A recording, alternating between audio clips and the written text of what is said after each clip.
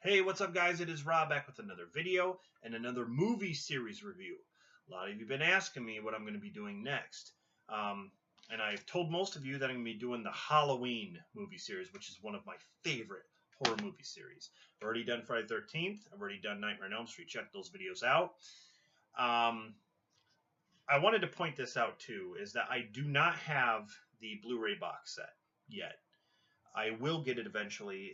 The thing is still kind of expensive.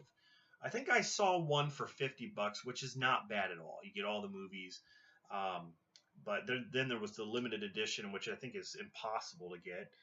If they do have it, it's really expensive. But I have all the movies here except for Halloween 3, and I'll get to that story, and the remakes, and I'll get to that story because I hate the remakes and it's going to be a rant. So, but I just want to point out, if you like those movies, that's fine. Nothing against you. I'm not holding a grudge or nothing. That's your opinion. But anyway, Halloween. What a franchise. I mean, it's got its ups and downs. And I love the character Michael Myers. I always thought Michael was the creepiest out of Jason and Freddy because Michael just stands there. He stands in the shadows. He's got just a plain white mask, which was molded from William Shatner, which is kind of interesting to know. But a plain white mask. You're standing there in the dark and you just see a white face. He's known as the Shape, who stalks babysitters and uses a kitchen knife. I mean, that's when you think of Michael Myers, you automatically think of kitchen knives, even though in a lot of the films he uses whatever to his advantage. But when you see Michael, his main staple is the kitchen knife, like Jason with the machete, Freddy with the glove. So Michael Myers, to me, out of let's just compare him to Jason and Freddy. I think he's the creepiest. Jason is the most intimidating. And Freddy is the most manipulative, and Freddy to me is cool because he can talk, he can, you know, he can fight. I just think he's very different from the others. But Michael just stands there and he just gives you this look, and Jason does the same thing. But Michael has that creepiness to him. I just like how he can just pop out of nowhere. In the signature music, okay, let's talk about the Halloween franchise music. It's been done by different people. The John Carpenter version is definitely my favorite, and it's the most recognizable soundtrack ever. Like when you think of popular movie soundtracks or themes, what do you think of? I mean, Star Wars comes to mind, Terminator, Jaws. There's a ton of other soundtracks, but Halloween is one of that's like in the top 5. I mean, it's the most recognized theme ever, and once you hear that theme, it's Halloween. Alan Howarth, he's done his versions, which I love. Alan Howarth's versions. It's got kind of a faster beat to it. Halloween 2 also had different, kind of like a slower version of it. But I love the theme to Halloween. There's just so much. There's, so many great soundtracks out there. It's awesome. So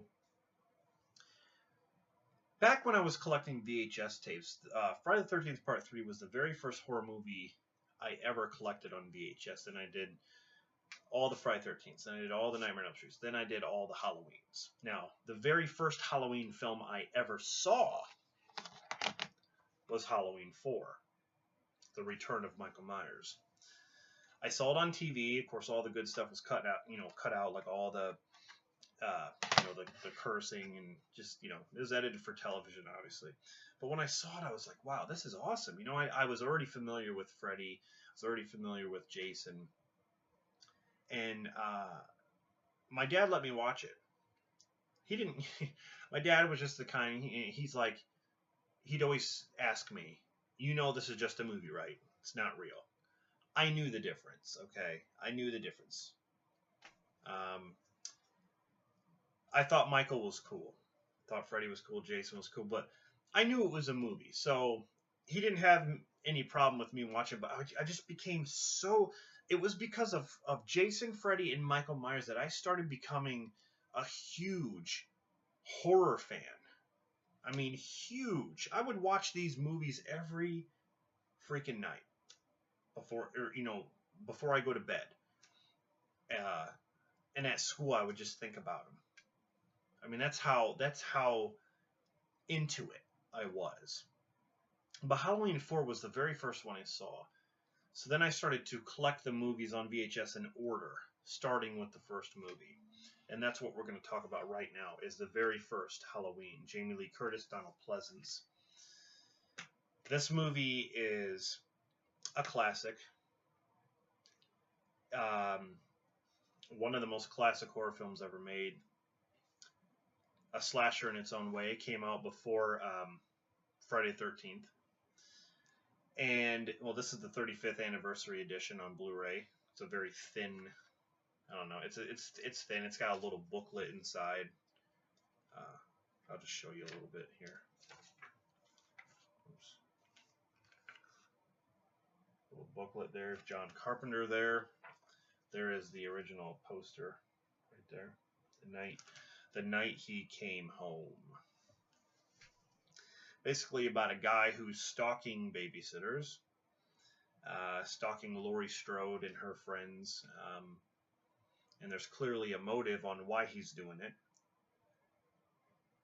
And that, once the story unravels, you find out why he's going after Laurie Strode, Jamie Lee Curtis. There's a lot of great shots in this movie, a lot of memorable shots where he's hiding behind he's standing on the sidewalk, then he disappears behind a bush and he's gone. Laurie Strode looks out her window and he's standing there looking up at her by the clothesline. Then she looks back and he's gone. Plays the great music. There are just some classic scenes that you will never, ever forget. The one that always gets me is the part where Michael is laying down in the bedroom. And Laurie, it's this shot where it shows Laurie Strode, but it shows over her shoulder in the bedroom. Laurie's kind of just like leaning against the wall, the doorway, and then in the background it shows Michael, and he's like this, and then he's like that. He turns his head. He just sits up and turns it. That fantastic. That shot was done so perfect. I mean, the suspense. He's behind you. He's behind you. Turn around. You yell at the TV, turn around. God, Laurie, what's wrong with you? It's one of those moments. And there are times in this movie where it just gets intense with him stalking and chasing after somebody. He just walks. You have the whole story on Michael, even though it's not really a whole story, but it's very vague in the beginning how he kills his sister with the knife, the kitchen knife, and then his parents come home and they find him standing outside with the knife and has this look on his face like, what the hell did I just do? And that's how it all started. Of course, the remakes had to explain on why he did that. They had to explain on, he was in a bad home, and that's why he killed everybody. Because everyone treated him like crap. And to me, I think it's scarier with no motive. I think it's scarier the fact that he just snaps one day or just decides one day just to kill his sister just because. I think that's scarier. It's unpredictable. That's what you get with this movie. Okay? Fantastic. The acting by some of the other... the acting's okay. I would say it shines in a lot of scenes. Jamie Lee Curtis is she doesn't really put much into her role, but some of the acting can be a little bit over the top and cheesy, so to say. But that's what makes it fun. It's one of those horror films that that the cheesiness works and the acting works for what it is, because the film knows what it is. But John Carpenter did a fantastic job with this movie. One of the greats. So, we get on to Halloween 2. Different director, although John Carpenter produced it. And I think, I'm not really sure if Deborah Hill. Oh, yeah. Okay, so this one, Halloween 2, was written by John Carpenter and Deborah Hill. Oh, yeah, it was produced by her, too. I forgot. I didn't see that. So you got Rick Rosenthal, who directed this movie. And I have to say that Halloween 2 is pretty much my favorite out of all the movies, out of every Halloween film. I put this above the first movie, and probably just a little bit above it. And the reason is because I like the setting to this movie. It takes place in a hospital. I like, the whole revenge thing, where Michael's going after Laurie after what happened in the first movie. And I like the kills, the death scenes in this. I like Michael himself. He acts more creepier than he did in the first movie. And I just think it's overall, I just think it's a better movie in a way. But not by much. I'm not saying that like, oh, this gets 100% and this just gets like, a 90. I'm talking about this gets 100% and this gets like a 99. There's this just is, in my opinion, a little bit ahead of the first one. But you got Donald Pleasance in this again. You don't know what death is. But you got Laurie Strode, of course. She's in the hospital after the traumatic experience that she suffered in the very first movie. And Michael has basically followed her to the hospital. He's inside. He starts killing nurses and other people in there that gets in his way. There's the hot tub scene where he basically that was crazy. Where, I mean, you get to see boobs. I guess that's a plus. I mean, you got to see boobs in the first movie. See anything you like? Okay, where's my beer? But I think this also had the different theme. The theme was much slower, and it didn't. I don't know. I don't really care for it as much as the very first, the main theme of the first movie. But I really like the story in this one. I just like this one overall. I just think it's a damn good movie. This is the collector's edition. This was Scream Factory released this. And I do have another release of the Halloween 2 on Blu-ray as well with a different cover on it. But Scream Factory always does these cool covers. I really like that. That's the end where the blood is coming down from his eyes after being shot. But after Halloween 2, that was supposed to be the end of Michael Myers. He was burned, and that's it. So we get to Halloween 3, Season of the Witch. I haven't seen this movie in a long-ass time. I mean, Halloween 2 is 81, right? 81. So, yeah, a year later, you get Halloween 3, Season of the Witch. A movie that has nothing to do with Michael Myers at all. Basically, what they want to do is go into a different direction. The mistake I think they made was calling it Halloween 3. Because let's face it, when you talk about Halloween, the franchise now, when you talk about the franchise, it revolves around Michael Myers. And that's where Halloween 3 sticks out like a sore thumb. Because it's added in the collection. It's added in the franchise, so it's not part of it, though, as far as story goes. But it's a Halloween film, I guess. They could have just called it Season of the Witch. It would have been whatever. Or they could call it something else. Cochrane's Masks. Or something. I don't know. But it's 1982. And I gotta tell you, I hated the hell out of this film. Like, honestly, when I was younger, I didn't give this movie the time of day. This movie came out when I was born. I I thought this was so bad that I didn't even want to mention Halloween 3 at all to anybody. I didn't want to hear it. I didn't want to mention it. I don't want to hear you. I don't want to smell you. Now leave. Okay. But it was directed by Tommy Lee Wallace. Had a budget of like $2.5 million. It made some money, like $14 million at the box office.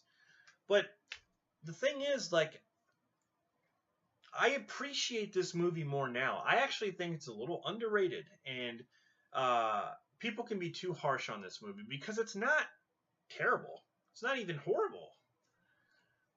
You got Tom Atkins in it. You have Stacey Nelkin, the daughter of a murder victim, and there's like some sort of plot going around in a small town where there's like a mask maker named Cochran, and he's planning a mass murder on Halloween with like an ancient ritual, basically where he takes a boulder from Stonehenge and he uses this. They're called the silver shamrock masks.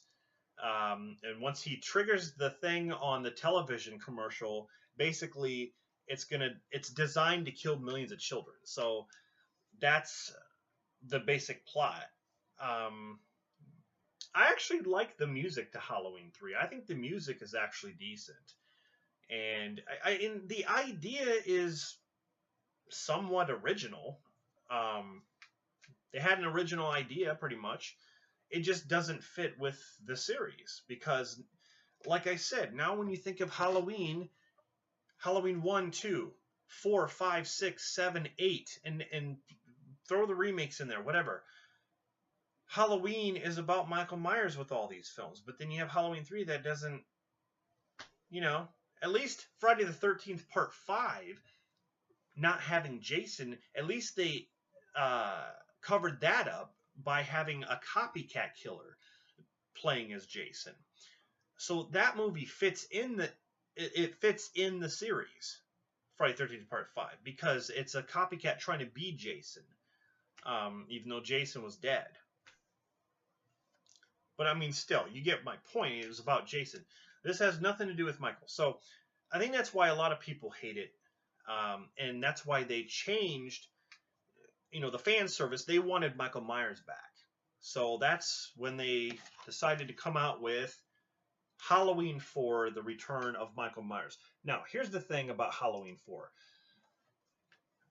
It was the first Halloween movie I ever saw, and I love Halloween 4. I think it's great. It's entertaining as hell. It's got a lot of creepy moments, but it's got a lot of things that don't make sense. For instance, how the hell is Michael alive? And how the hell can Michael see? He got shot in both eyes. He was bleeding out his eye holes. He was burned. When he's alive in Part 4, you see him running around with a bandage over his head because he got badly burned. But he's still walking around like he can see. Maybe he didn't. Okay, you can argue. Maybe he didn't get shot directly in his eyes. Maybe he got shot here, or maybe he got shot here, or here. Maybe he didn't get shot all the way in his eyes. But then, why was he walking around in Halloween 2 going like this? Like he couldn't see, swinging the scalpel around. And it's so funny how he gets the mask in Halloween 4. He walks into a store where Danielle Harris's character is, and who plays Jamie, and she's the main focus now. Supposed to be Laurie Strode's daughter. So there is some kind of connection with the other two films, leaving Halloween 3 out of the mix. But they're in the store, and Michael just shows up in the store, and he grabs the Halloween mask, which is a Michael Myers mask. Apparently they sell those at the store, I guess. They sell those masks at the store, so he grabs one, and I guess he just puts it on. So they don't stop him for shoplifting unless they weren't paying attention. Unless maybe he paid for it. I don't think he did. But he just puts it on. He he just grabs the mask and that's it. I found that funny. Whatever. I'm looking too much into it.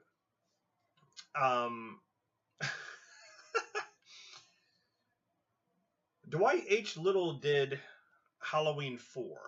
Alan Howarth did the music, and I love Alan Howarth's music. I love his music to Halloween 4. Halloween 5 even. I even like his music there too. You got Ellie Cornell in this. So you got Danielle Harris who plays Jamie. She's the main focus. She's a kid. You know, she's having dreams and stuff of like Michael Myers and stuff like that. There's some very cool shots with Michael.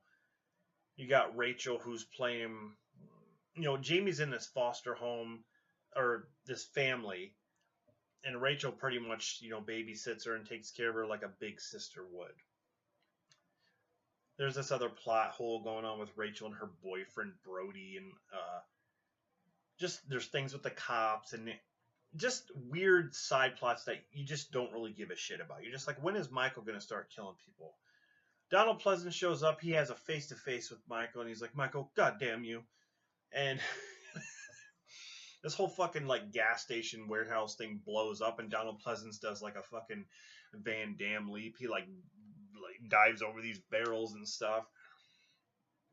And I think he gets kind of burned. But again, he's on the hunt for Michael. Where is the schoolhouse? Where is the schoolhouse?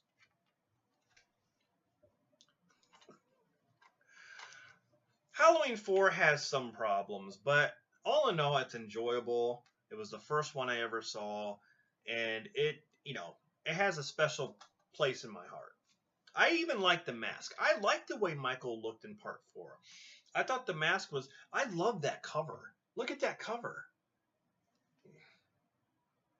That cover is badass. I love that. But part 4 pretty much, here's the thing. Part 4 ends retarded. It ends retarded. Because a bunch of these people shoot Michael to death to where he's on the ground. Jamie goes over to him by touching him. I guess she's infected or something. She's got the curse, right? She's got the curse. They shoot him down this fucking well where he's just gone. He's down this fucking well. And at the end, Jamie pretty much, you know, she does the same thing that Michael did as a kid. She puts on the clown outfit and she uses a pair of shears and kills she starts stabbing the stepmom or the foster mom. So it's a foster mom. She starts stabbing her, and then she's at the top of the steps like this, like with the bloody shears. And Donald Pleasance is like, he goes down and he's like, no, like I'm just thinking to myself, like, what the fuck is going on? Like, I know Michael's crazy, but Jamie wasn't crazy.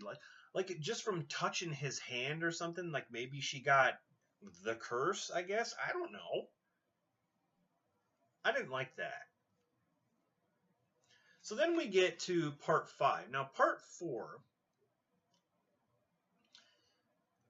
the way part 4 ended, part 5 starts right where it leaves off. Michael gets shot. He falls down the fucking well. And it shows in part 5 he's falling down the well, and then he goes down this river. And he's just laying there. And this guy who's like living by the river basically takes him and cares for him, I guess. Like he's like taking care of Michael. And then there's like another mask. It doesn't make any sense.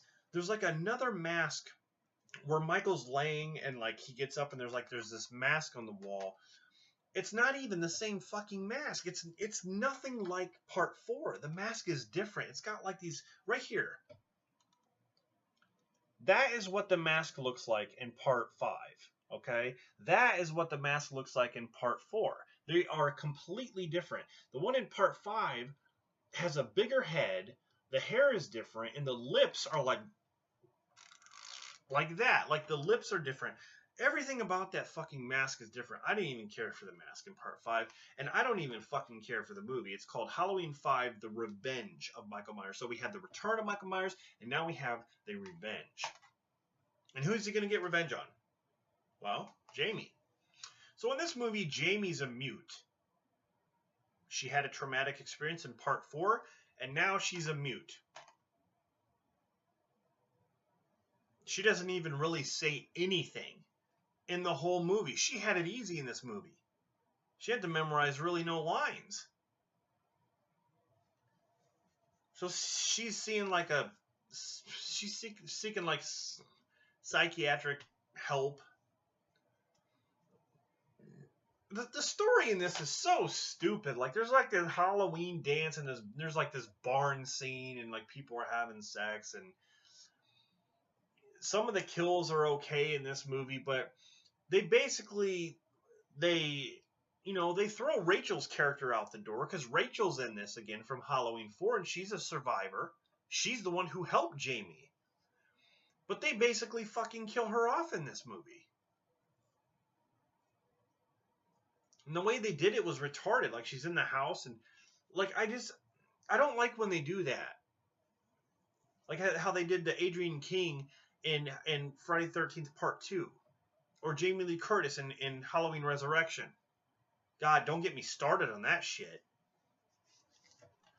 So they do that to Rachel in part 5, even though Rachel had a little bit more screen time than a lot of the other ones that I mentioned. But that's it. Basically, Michael's going after Jamie again. I will say about part 5 that the best scene is probably towards the end when Michael pretty much has like, I wouldn't say a real fight with Donald Pleasance, but they like go face to face. And in this house, and Jamie's crawling through the vents and all that stuff, and Michael's trying to get her. Like there's some really cool scenes with Donald Pleasance and him. That's probably the best part of Halloween 5. I can't really think of anything that I really like about it, other than Alan Howard did the music, and the music's actually pretty good. I'm trying to think who directed this one. Dominique Girard. Okay. But you got Danielle Harris in this, Ellie Cornell, Wendy Kaplan. The ending to this movie is stupid as fuck too, because then you have the so-called Man in Black. They start to go through this whole curse thing, which is fucking retarded, in my opinion. I don't like the whole curse thing. I don't like it. I think if Michael was just crazy, or if he was just if they don't explain why he does the things he does, that's fine. Do they ever explain why Hannibal Lecter liked to eat people? Yeah, they did in the movie Hannibal Rising. But before that piece of shit ever got out, no one knew why Hannibal Lecter liked to do it. No one knew why he liked to eat people. It was better not knowing that way. I think it's creepier and scarier not knowing. But again, now we have Michael. Now we have him as the curse, and I guess he can curse other people too because he did Jamie. But the whole like Man in Black thing, where Michael gets out of jail, or like he's gone. He's not in the cell anymore at the end of the movie. It's some fucking retarded shit, man. Like I don't like the way, and a lot of people will say this is like where it goes downhill. And they're right. It does. So this is where it starts to get into Dimension films, because it starts to seem like a Scream movie. Well, actually H2O really does. But we're going to get into Halloween: The Curse of Michael Myers. Now this is the 6th movie, but they don't call it Halloween 6. Okay, it's got a subtitle here, but with no number. I remember when this movie first came out, I knew nothing about it. It was on the shelves at Family Video, And I'm like, what is this? I'm like, I didn't know they came out with another Halloween movie. I'm like, what? When they do that? There's a producer's cut of this film, which is a lot different than this version, which I do have on Blu-ray. I bought the producer's cut. This is directed by Joe Chappelle. You have Donald Pleasance in this movie once again, and he's very old. Of course, Donald Pleasance passed away. I think during the final shots of filming this movie. Actually, there's like different endings. But you got Paul Rudd in this movie, which is funny because when I first saw this movie, I knew nothing about Paul Rudd. The first time I knew about Paul Rudd was 40-Year-Old Virgin. That's the first time I noticed Paul Rudd as who he was. Like, I never knew him any time before 40-Year-Old Virgin. And then when he started doing movies, more and more movies, I started to like him a lot. And then I realized he was in this movie. He's very young. You got Mitch Ryan in this as Dr. Wynn. The thing about Halloween, The Curse of Michael Myers, is it's much gorier than the others. Much gorier. There's a lot of the deaths are just crazy bloody. And that's all because of Dimension films. They do that, whatever they put out. It seems like they're always on top of that.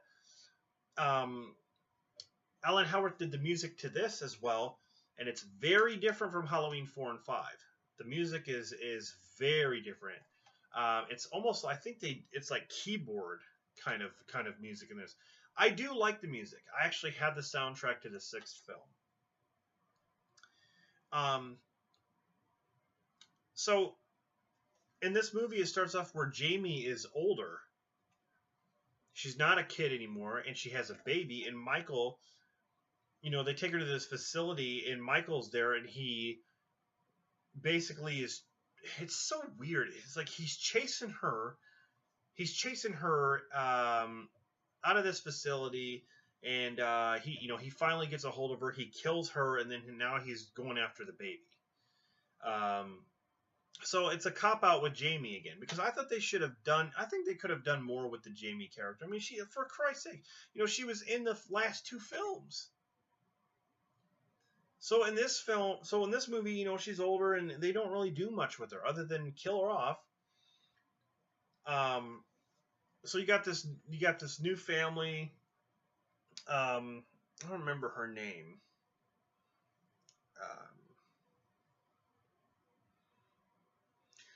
You got this family, and you got Tommy Doyle in this film from the first movie, but it's not the same. It's Paul Rudd playing Tommy Doyle, and he's been studying Michael for years. That's what happened long ago. He knows the whole story with Laurie Strode and all that stuff. He's watching this family that's across the street, and they get in this debacle where they are confronted by Michael, so they're running from Michael. And it's basically a cat and mouse game there. And then there's the fucking Men in Black bullshit, the cult or whatever that there's like that symbol. It's fucking stupid. Like, I don't like that whole subplot of the whole cult thing. I think it's dumb. They don't need to explain that. That's why Michael is, he's just raging all the time, and why he does the things he does. He's basically being mind controlled, or he's, that's the reason. He's almost like a puppet. Fuck that. One of the best scenes in this is when Michael goes into this operating room and he starts killing all these doctors and stuff inside. He takes like this machete weapon and he just goes in there and starts slicing everybody up. That was a really cool scene. Now in this movie, it looks like Michael gained fucking weight because he is a lot heavier in this movie.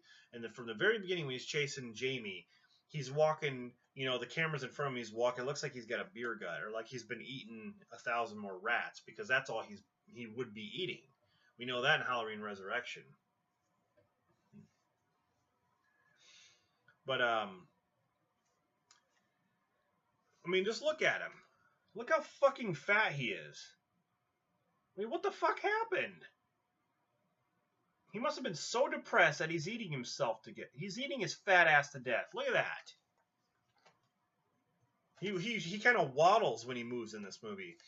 And the mask is, I swear to God, the mask gets bigger every single time.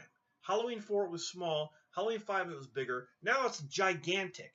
It's like his fucking head grew. Like, what happened? Motherfucker got fat. Anyway, it has a pretty good ending to it. The producer's cut is different, of course. But all in all, I think this movie's just okay. I don't think it's as bad. Like, honestly, I would watch this movie over Halloween 5. I cannot get into Halloween 5. Halloween 5 is boring to me. I don't like the story. I don't like any of the characters. I don't even like Jamie in that one because she don't fucking say anything. She's a mute. And I don't like the whole fucking mute thing. This one has some good things to it. But anyway, that's the 6th film. Now, continuing on with the Dimension films. I remember when this film was first announced, I saw on a screener copy the actual trailer, and I couldn't believe they were doing this. Halloween H2O. The other title would be Halloween 20 Years Later. Basically, that's what it stands for. 20 years later. And you have Jamie Lee Curtis reprising her role as Laurie Strode, a.k.a. Carrie Tate. And you can tell this is a Dimension film in this movie. Now, this one had some tidbits of a Dimension film, how it would be. But these two are totally different. The cinematography, the chase sequences and all that are totally different. This one definitely seems like a Dimension film. Or a Scream film, if you will. Because a lot of the music, a lot of the shots that they do, jump scares, so to say. But I love this movie. I love it. It's so well done. There are haters of this film. I don't get it. I think it was brilliantly done. The fact that Laurie Strode was trying to, she moved all the way out to California, and she's trying to start a new life, but she's having trouble. She keeps remembering that tragic incident with Michael, trying to kill her with a big kitchen knife and stuff, and she has dreams about it, nightmares. She's having troubles with her son. She has a son by what's his fucking name? Josh Hartnett. I can never get that last name right. Josh Hartnett, who also played in 30 Days of Night. Which is also an awesome film. But this was directed by Steve Miner, and he did a fantastic job. I can't. God, these are so small. I can't even read. Why do they make them so damn small for? Paul Freeman produced this. I didn't know that. John Ottman did the music, which is also a damn good composer. I love John Ottman. But the music is great to this. The whole beginning with Donald Pleasance talking during the intro. But you have LL Cool J in this, which I like. I like LL Cool J. He was great in Deep Blue Sea. Joseph Gordon-Levitt is in this as well. Janet Leigh, and Jodie O'Keefe, Adam Bird. I think I'm saying that right. Adam Arkin and Michelle Williams. They put the print so goddamn small. I cannot read this. God damn, dude. I need some fucking glasses or something. Anyway, I remember this film came out. I was so excited. I'm like, 20 years later. Oh my God, we have the original survivor back going against Michael. And it's a cat and mouse movie. He basically finds her and, he tries to kill her pretty much. And she basically tries to fight Michael through all these scenarios. in the school, which is really awesome. But I gotta say one thing about this film. It ended perfectly. It ended perfect.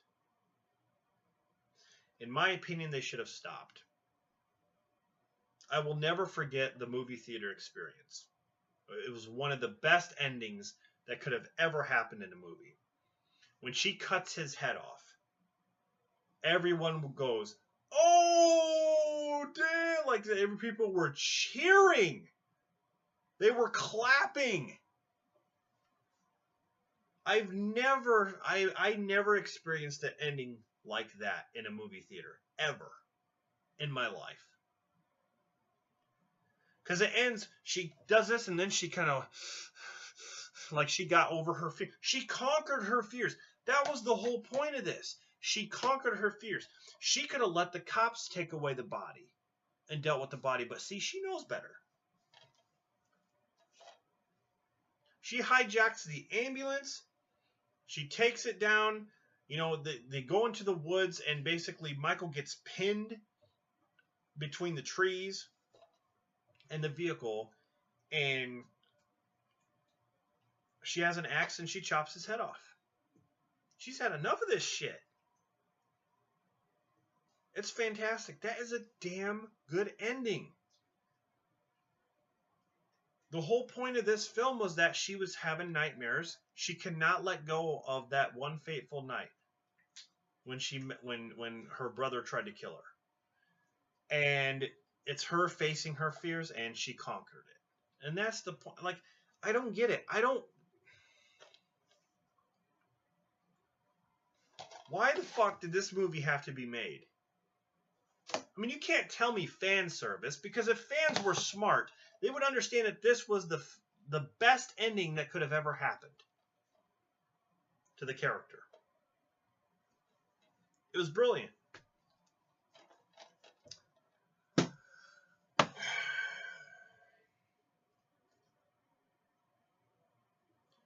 This fucking movie, I remember when Busta Rhymes, who's in this film, he was promoting this on wrestling. They were talking about Halloween Resurrection. I remember being like, what a fucking idiot. Break your neck. Trick or treat, motherfucker. Take your ass out to the garage. I unlocked the back door for your ass to go out into the garage and help Nora. That's what I did. You need to get the fuck out of here. You need to get the fuck out of Dodge. Scoot, skedaddle.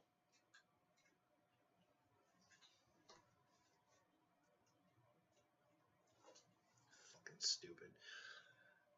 Halloween Resurrection. Wow. What a title. Resurrection. He wasn't even fucking resurrected. He didn't even fucking die. Because according to this film now, what Michael did in this one is that the guy who was pinned at the end of this film, the guy was, there was a guy who was actually in a Michael Myers suit. That wasn't him. Michael was clever enough to get a paramedic, knock the paramedic out, I guess. Or no, actually, well, he was knocked out for some time. But he crushed his voice box. Crushed his throat. Michael crushes the paramedic's throat so he can't talk. Michael puts the outfit on the paramedic, the mask and the jumpsuit. And Michael just, it's so funny. It shows Michael in this movie, like, just walking away. Like, he's walking in the crowd, then he just walks, like, he just walks off. Like, oh, no one's going to recognize me. I mean, no one would recognize him anyway because he had a mask on, but those of you who work as a paramedic would probably fucking know that that's not the paramedic. Well, anyway. So that explains why the guy wouldn't say anything when he's pinned. I mean, he could have just said, it's not me, it's not, you know, I'm a paramedic, blah, blah, blah, I was attacked. Most people say, well, he could have just taken his mask off and been like this, like, you know, that would have made sense too. But see, I think this was written as a last resort. People were just sitting there thinking of shit up, like, what can we do? Something smart to just bring him back. Because he was fucking dead. So Michael is a fucking CIA agent in this one. He works for the CIA. That's how smart he is. So Laurie Strode actually killed an innocent person, thinking that it was her brother, and it wasn't. They pulled the mask off, and then some guy going like this is a paramedic. So she goes into a fucking insane asylum because of what she did. And so now not only does she have to live with the fact that her brother is still alive and probably searching for her, but she's living with the fact that she just killed an innocent person. So her mind is even more fucked up. It starts her in this movie with long hair again. She looks just like the Laurie Strode from the original two films. And I mean, I appreciated that, but there was nothing to her character in this. She sets up traps because she knows that Michael's on his way to find her, and sure enough, he shows up. She does something fucking stupid. She's like, he's hanging upside down. She's like, I have to be sure. She's like, I have to be sure. She goes to reach for the mask, and of course, he pulls her down and he stabs her in the back. She kisses him, and then she falls to the ground, and that's it with Laurie. Goodbye, Laurie. I loved you in this movie. God, you gave it your all in this movie. You actually conquered your fears and fought back at your brother who's been chasing you all these years, and then you fucking die in this movie in the beginning.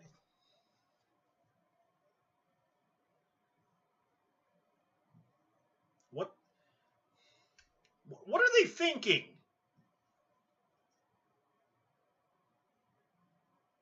They didn't have to kill her off. How about having her win? How about that? This movie was directed by Rick Rosenthal, who did the second film. Which is surprising because the second film was so fucking good. Goes and does this shit.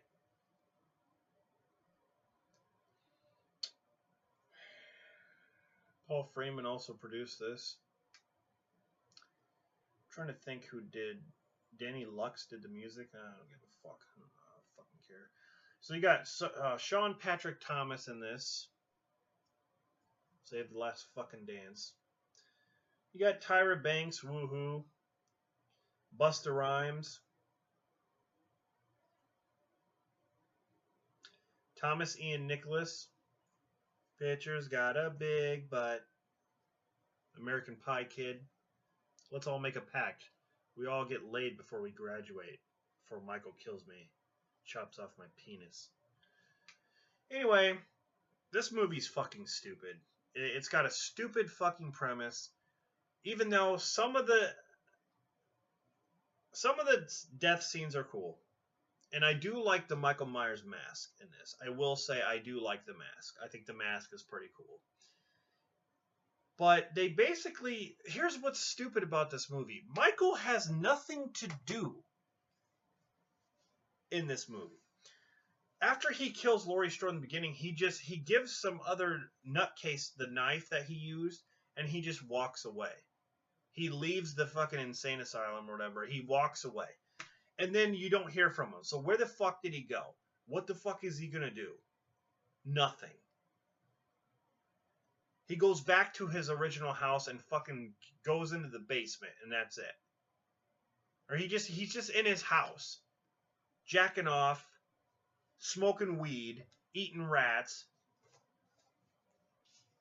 sucking himself off. He has nothing to do. Also, we have to give Michael something to do.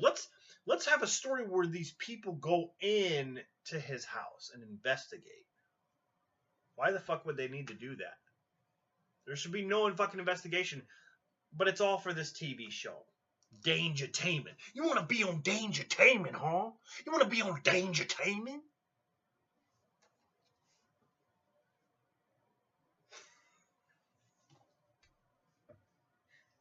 Dangertainment. What the fuck? Oh my god, Busta Rhymes. Fuck me. LL Cool J was a much better character.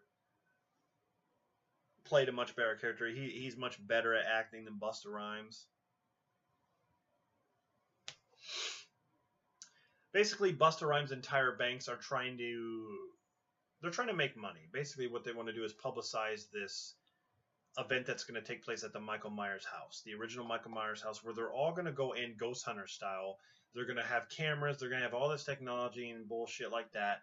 They're going to go in there and create a reality show. So every person gets a camera and puts it on top of their fucking head, so you see first person views. And online, you can watch this live. You can watch this going on as it's happening. But what you don't know is that Busta Rhymes and Tyra Banks basically set up this whole operation just to make it entertaining. None of it's real. They put fake stuff in the house to make it seem like it's real. And they try to scare the people that are actually doing it, as well as the viewers watching. And there's a side plot with this kid who's on the computer, and he's at this Halloween party, and he's watching this event going on. His character's fucking dumb. And you got the main girl, which I don't even give a shit about her fucking name, and none of the other people. I don't care about them as well, because you don't. I think Sean Patrick Thomas, is that his fucking name? Sean Patrick Thomas is a chef. That's nice. And so they're just walking around the Michael Myers house, looking at stuff and trying to uncover mysteries and solving puzzles on what really happened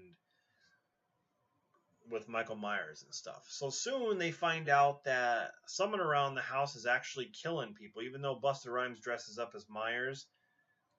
The real Michael Myers is walking around. So you're kind of confused on if this is real or if it's fake. And I didn't, I thought I thought that idea was fine. I wasn't jumping at that idea. It's different, but with the whole camera thing, it kind of felt like a found footage deal when they had the cameras, when they had the view of the cameras. They didn't do that all the time. They showed the real shots. But when it would switch to that, it was just kind of It just took me out of the film.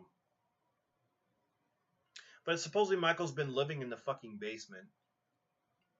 That's where he's been, down there. And there's like this corridor, like this long chamber that goes underneath the fucking house. I'm like, what is that? Like, who built that place? There's like a fucking steel gate and shit down there. Like, who built that? And like, another thing that doesn't make sense either is like, I don't know how Busta Rhymes and all of them didn't see the hidden room that's hidden behind the wall that they put up, with all these fake bones and body parts that they laid there. They didn't see that there was another room behind that, a room that actually had stuff in it. I mean, why would they not see that? They covered it up. And when they found in the basement, when they found out there was a room back there, that's when the real investigation begins, because they're like, oh, this doesn't feel staged. This doesn't even seem part of it. I don't get it. Like, Busta Rhymes and them didn't see that while they were putting up that stupid fucking wall. So Michael starts killing everybody around the house. They soon find out that it's real, that Michael's actually really doing it, and stuff like that. Then you have a fucking karate fight at the end of the movie in the fucking garage where Busta Rhymes is doing kung fu against Michael Myers. Trick or treat, motherfucker.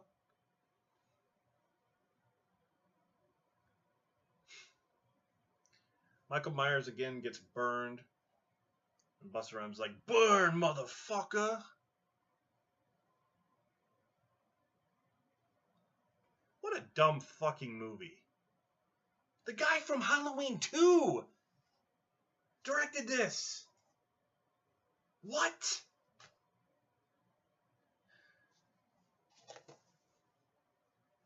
People call this film a guilty pleasure. I don't. This movie can fucking suck it. Okay. Here's a hard question, but I have an answer. Would I rather watch this than the remakes? Hell yes. Okay? This movie's bad. But the remakes are worse, in my opinion. I cannot fucking stand the remakes, okay? That's just my opinion. We're going to talk about the remakes. I don't own them. You want to know why? Because I hate them. Why would I own them? So we're going to talk about the Rob Zombie ones. Rob Zombie's Halloween. Directed by Rob Zombie. Got Sherry Moon Zombie in it. Malcolm McDowell, who plays Loomis, which he did a fine. He did a good job. I think he was a good Loomis. But Rob Zombie has a specific style. I like some of the Rob Zombie films. I like House of Thousand Corpses. I like Devil's Rejects. Lords of Salem I liked. It doesn't fit Halloween. The way he did it, the grittiness, the language, the the brutal scenes, it did not fit Halloween in my opinion. I felt like I wasn't watching a Halloween film. I felt like he butchered it. He has his own vision, that's fine. Doesn't mean I have to like it. But they kind of explain in this movie, like I was talking about earlier, that why Michael kills. Why he killed his stepfather for one, but he killed his sister, Judith. They pretty much explain kind of why he did it. Is because he grew up in a household, he's being bullied at school. The household, that everyone's mean to him. Basically, he's just growing up in a bad place, so he's gonna do shit. That's the kind of idea you get when you think of why he's doing it. I don't think they needed to go that route. That's the first half of the film. He goes to the asylum for the people that are insane, basically.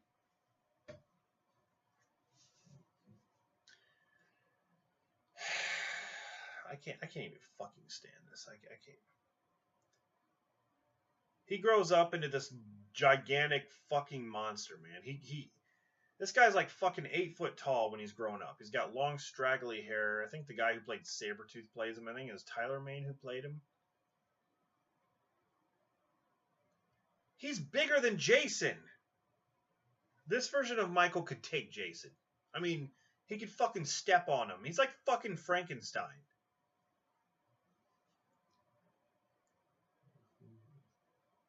I can't even... Danielle Harris is in this movie, but she plays... she plays one of the girls of Laurie that are walking with... you have the cheerleader and the girl who has the cop as the dad. Brad Dourif plays the cop, the sheriff in this movie. But that was kind of cool to have him. I mean, that was a nice little tidbit they throw in there. And Danielle Harris as well, because it's not like she wasn't a part of the Halloween series. So I'm glad that he had some good cameos in there. But the second half of this film is like a complete fucking copy of the original, with the scenes of Haddonfield, Tommy and Laurie walking, and it's just like the same damn thing that you've seen. And to be honest, I wasn't into it. It's just like, I've seen this before.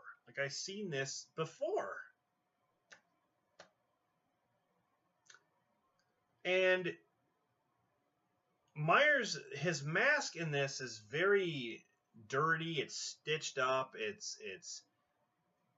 doesn't have really any white to it because it's all dirty. I actually liked the mask. Was fine. I actually liked the mask in the Rob Zombie version, the first one. I liked the mask. I thought the mask was pretty cool. But the thing is that Michael was too big. He was too big. Michael doesn't have to be that big to be intimidating, nor does he have to be that big to be creepy. The original proves it. I just think that it was wrong of them to do that. Everyone has their vision. I just think that Michael, it didn't fit the character of Michael Myers. Jason being that big, that would have been better. Um, but whatever. It's the same damn thing. He goes after Lori and you know,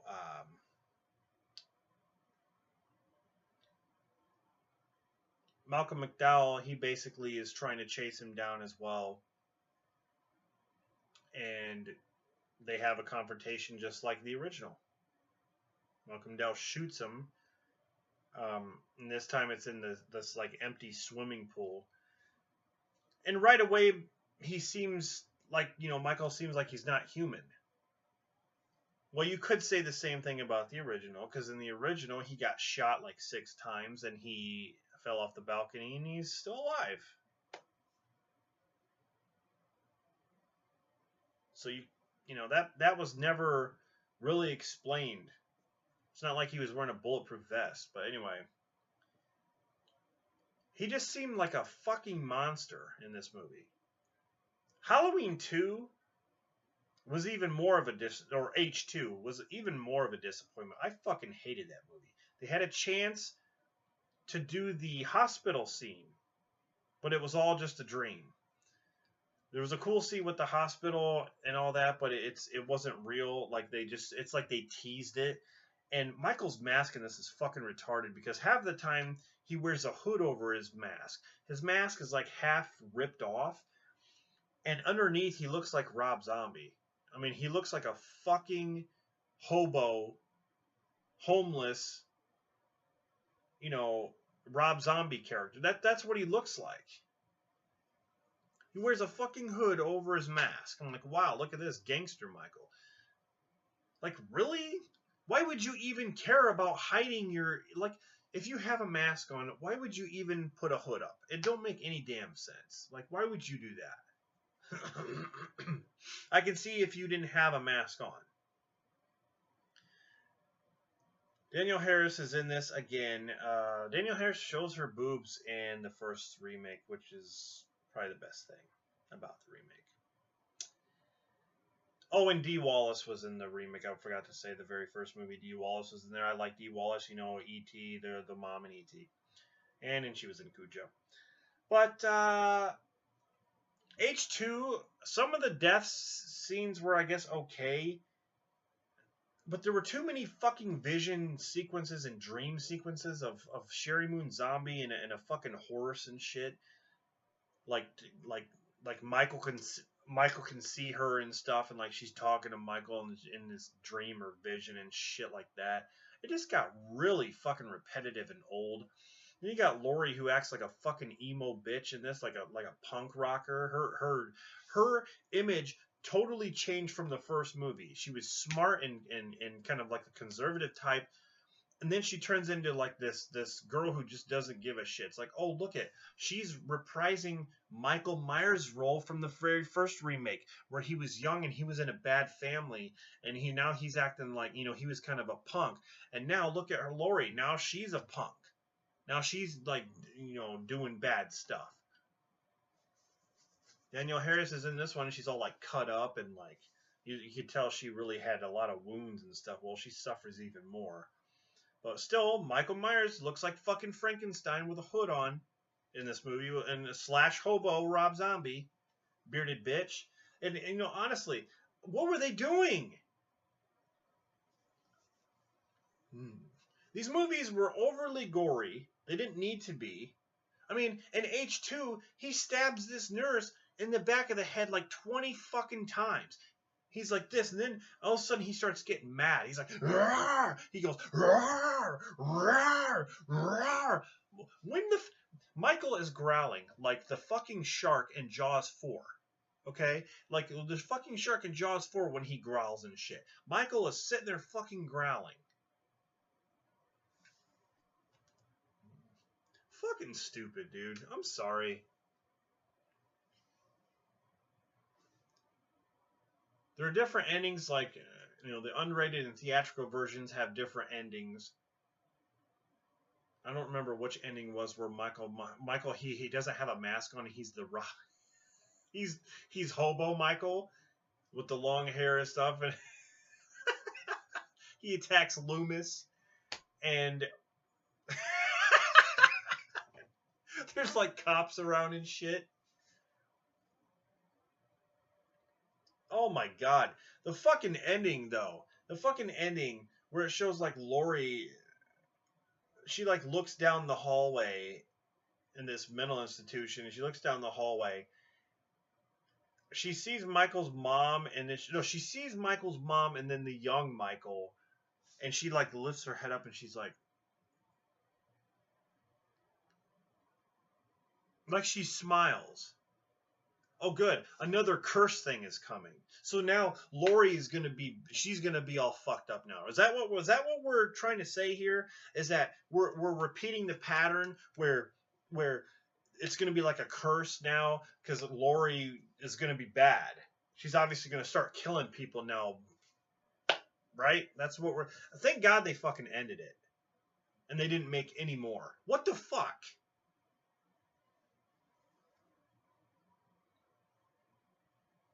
If you like the remakes, that's totally fine. Don't think that I'm picking on you or telling you that you're wrong for liking these films. I am not saying that at all. I just want to make that clear. I'm simply stating that I hate these movies, and I'm giving you reasons why. Sure, there are a few things here and there that I thought were pretty cool. Some of the kills were pretty cool. But some of them were just overdone, like that nurse who gets stabbed in the back of the head 20 times. Was that necessary? Overly gory when it doesn't need to be. Too many dream sequences. Fuck! And Malcolm McDowell, I mean, he plays Loomis. He's an asshole in this film. In the second movie, he's an asshole. He's like greedy and he doesn't care. He's got like a book and like he doesn't give a shit about anybody else. And then like Weird Al's in the movie. It's like, what the fuck is going on? Ooh, he's fucking stupid, dude. Anyway, I'm glad I got that out of the way because I was, when it comes to those films like 8 and then the remakes, like I get pissed. They're just movies, okay? But I start thinking to myself, what were they thinking when they did this? I don't know. So anyway, those are my thoughts on the Halloween series. Talked about I talked about Halloween 1 through 8, and then the Rob Zombie movies. So if I've already stated this, if I had to pick my favorite, it would be Halloween 2. The original. Okay, not H2, Halloween 2. That would be my favorite, along with Halloween 1 behind it. But I did list, there were ones that I didn't like and stuff like that. So I'm very curious to hear your thoughts on the Halloween series. Which Halloween movie is your favorite? And which Halloween movie is your least favorite? One that you don't like, or it's at the bottom of your list. I'd really like to know that. And yes, include the remakes, please.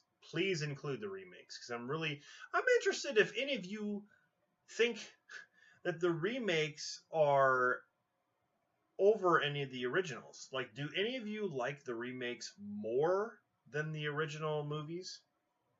I'm really interested to hear that too. But anyway, I hope you guys enjoyed this. I know this is a pretty long video, but I had a lot to talk about, okay? 10 movies. There's just a lot to say. So, anyway, guys, thank you for watching this. I hope you enjoyed it. Subscribe for more content. I will be doing more of these movie series reviews. I'm not really sure. I was going to do either the Return of the Living Dead films or... because I've already talking about the Romero films separately. If you haven't seen, I've done reviews for the original 3 Romero films. So the next series I might tackle will be either Scream, I Know What You Did Last Summer, or the Wrong Turn movies, or even Child's Play. Those ones I kind of want to attack because I have a lot to say, especially Child's Play. Wrong Turn, there are 6 movies, and there's a lot to talk about. Oh, and Saw. There's a fucking shitload of. I have so much to talk about in Saw that I don't know how long that's going to be. A lot of it's going to be ranting. But anyway, thank you guys for watching this. I'm going to end this video, and stay tuned for the next one. If you have any ideas, if you have any movie series ideas for me, or any movie ideas for me, because I know a lot of you have been wanting me to review certain movies. So leave it down in the comments as well. Let me know what you want. Let me know what you want. See you guys next time.